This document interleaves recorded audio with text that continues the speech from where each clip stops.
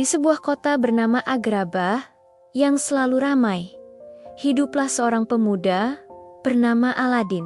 Walaupun hidupnya sangat sederhana, Aladin punya hati yang besar dan selalu baik kepada semua orang. Aladin tinggal di sebuah rumah kecil di atap gedung bersama monyet kesayangannya yang pintar dan lucu. Setiap pagi dari atap rumahnya, Aladin bisa melihat seluruh kota Agrabah yang indah dengan istana sultan yang megah menjulang tinggi di kejauhan. Meskipun sering merasa lapar, Aladin tidak pernah kehilangan senyumnya.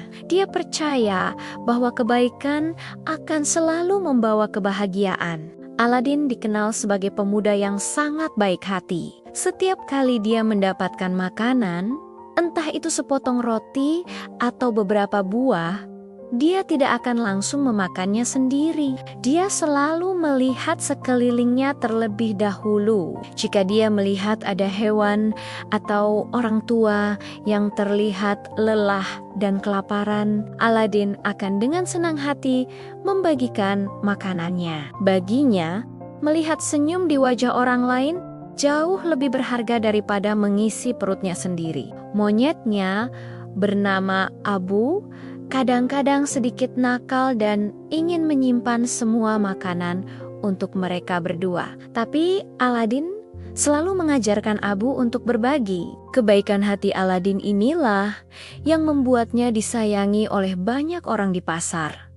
Meskipun dia tidak punya harta sama sekali, dia punya teman di mana-mana. Suatu hari, saat Aladin sedang berjalan-jalan di pasar yang ramai, seorang pria tua dengan janggut panjang dan jubah misterius menghampirinya. Pria tua itu memperkenalkan dirinya sebagai paman Aladin yang telah lama hilang. Tentu saja Aladin merasa aneh karena dia tahu dia tidak punya paman. Tapi pria tua itu sangat pandai berbicara dan meyakinkan. Dia berjanji akan memberikan Aladin kekayaan yang melimpah jika Aladin mau membantunya mengambil sesuatu yang sangat penting. Pria tua itu sebenarnya adalah seorang penyihir jahat yang punya rencana licik. Dia tahu bahwa hanya pemuda yang berhati murni seperti Aladin yang bisa masuk ke sebuah gua ajaib. Dengan senyum palsunya, dia berhasil membujuk Aladin untuk ikut dengannya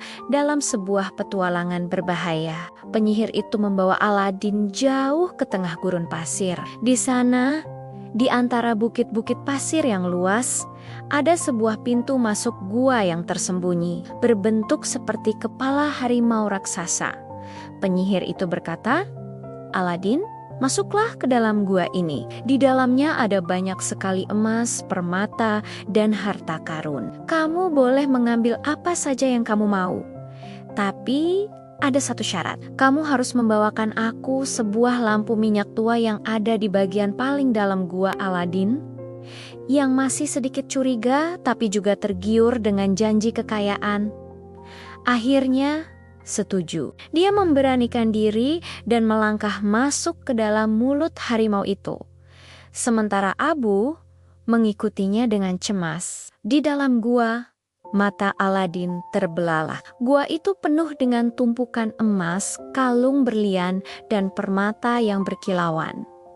Benar-benar luar biasa. Aladin berjalan melewati tumpukan harta karun, mengingat pesan si penyihir. Dia tidak boleh menyentuh apapun selain lampu tua itu. Abu, monyetnya, hampir saja tidak bisa menahan diri untuk mengambil sebuah permata merah besar yang sangat indah. Tapi Aladin cepat-cepat mencegahnya. Setelah berjalan cukup jauh, akhirnya Aladin menemukan lampu minyak tua yang dimaksud. Lampu itu terlihat kotor, berdebu, dan tidak ada istimewanya sama sekali. Aladin mengambil lampu itu dan memasukkannya ke dalam kantongnya. Saat hendak kembali ke pintu keluar, Abu yang nakal tidak tahan lagi dan menyentuh sebuah permata.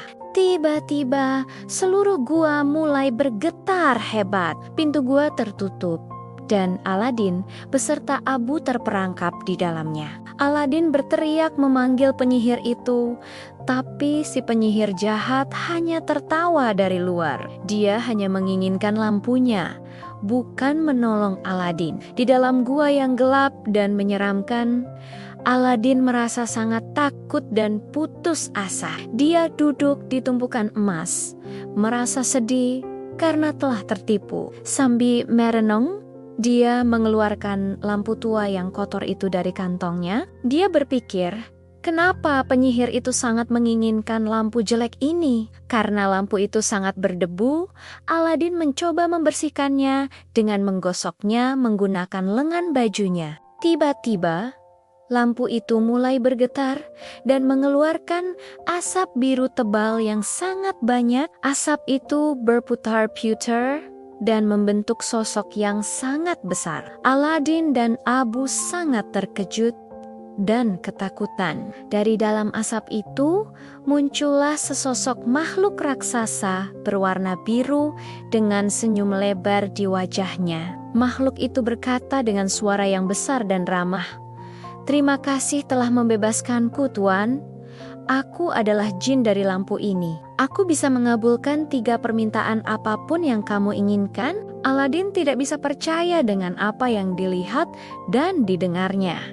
Jin, 3 permintaan, ini seperti mimpi. Setelah rasa kagetnya hilang, Aladin mulai berpikir. Permintaan pertamanya adalah keluar dari gua ajaib yang mengerikan ini. Dengan satu jentikan jari, jin langsung membawa Aladin dan Abu kembali ke rumah mereka di atap kota Agrabah. Aladin sangat senang. Untuk permintaan kedua, Aladin tidak meminta istana atau kekayaan. Dia hanya meminta makanan yang cukup untuk dirinya, Abu, dan semua anak-anak kelaparan yang dia kenal di pasar. Seketika, di hadapannya muncul berbagai macam makanan lezat. Permintaan ketiganya, Aladin meminta pakaian yang bersih dan bagus, serta sebuah rumah kecil yang nyaman. Tidak perlu megah. Yang penting, cukup untuk dia dan Abu tinggal dengan layak. Jin dengan senang hati mengabulkan semua permintaan sederhana itu. Aladin sangat bersyukur dan berjanji akan menggunakan sisa kekuatannya untuk kebaikan. Berita tentang Aladin yang tiba-tiba memiliki kehidupan yang lebih baik menyebar dengan cepat. Penyihir jahat yang masih mengintai di Agrabah akhirnya tahu bahwa Aladin berhasil keluar dari gua dan sekarang memiliki lampu ajaib itu. Dia menjadi sangat marah. Penyihir itu tidak akan menyerah begitu saja. Dia menyusun rencana licik untuk merebut kembali lampu itu. Suatu hari, saat Aladin sedang tidak di rumah, penyihir itu menyamar menjadi seorang pedagang lampu. Dia berjalan di depan rumah Aladin sambil berteriak, "Tukar lampu lama dengan lampu baru.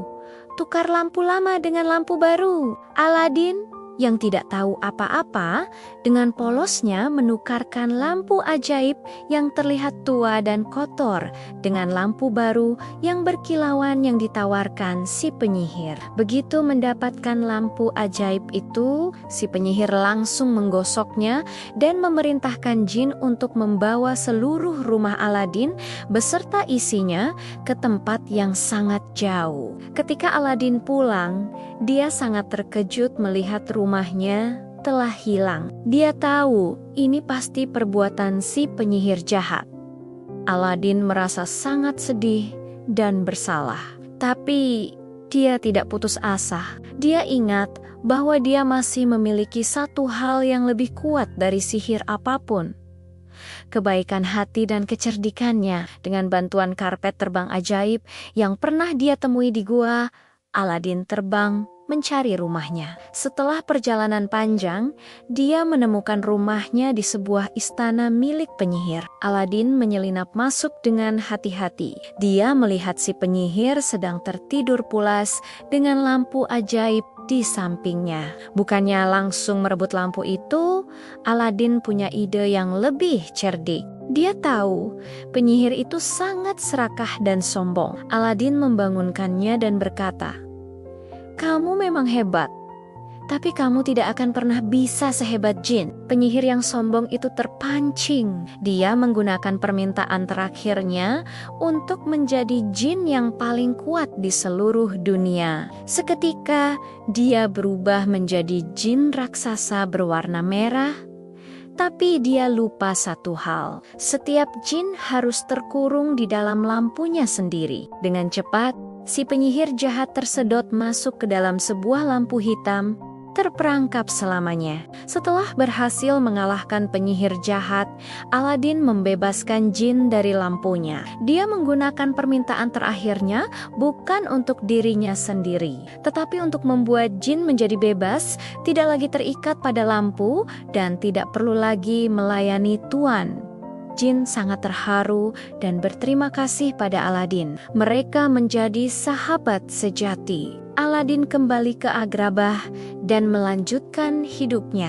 Dia tidak lagi miskin, tetapi dia tetap menjadi Aladin yang sama, yang rendah hati, baik hati, dan selalu siap menolong sesama. Dia membuktikan bahwa kekayaan sejati bukanlah emas atau permata, tetapi hati yang tulus dan momen yang baik. Aladin dan Abu hidup bahagia selamanya, dipenuhi dengan petualangan baru dan tawa bersama sahabat-sahabat mereka. Kisah Aladin mengajarkan kita bahwa dengan keberanian, kecerdikan, dan hati yang baik, kita bisa mengatasi masalah apapun. Terima kasih sudah menonton cerita hari ini.